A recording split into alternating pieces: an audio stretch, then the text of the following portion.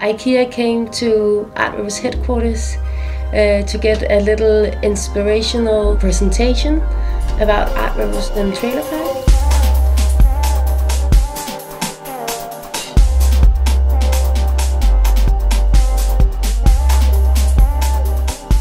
A week later I got a message or a mail from the CEO saying that they were loving the idea and they were ready to go forward.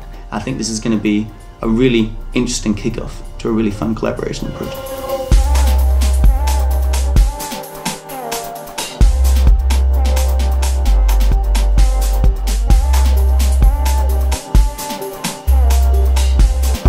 It needs to be a little bit rock and roll here.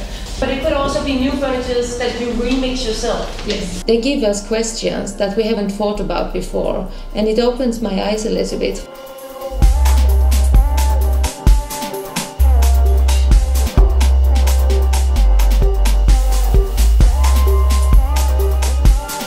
Things are really happening now. Yeah. Well, it's like a magical thing almost. Like a kid in a candy store for me.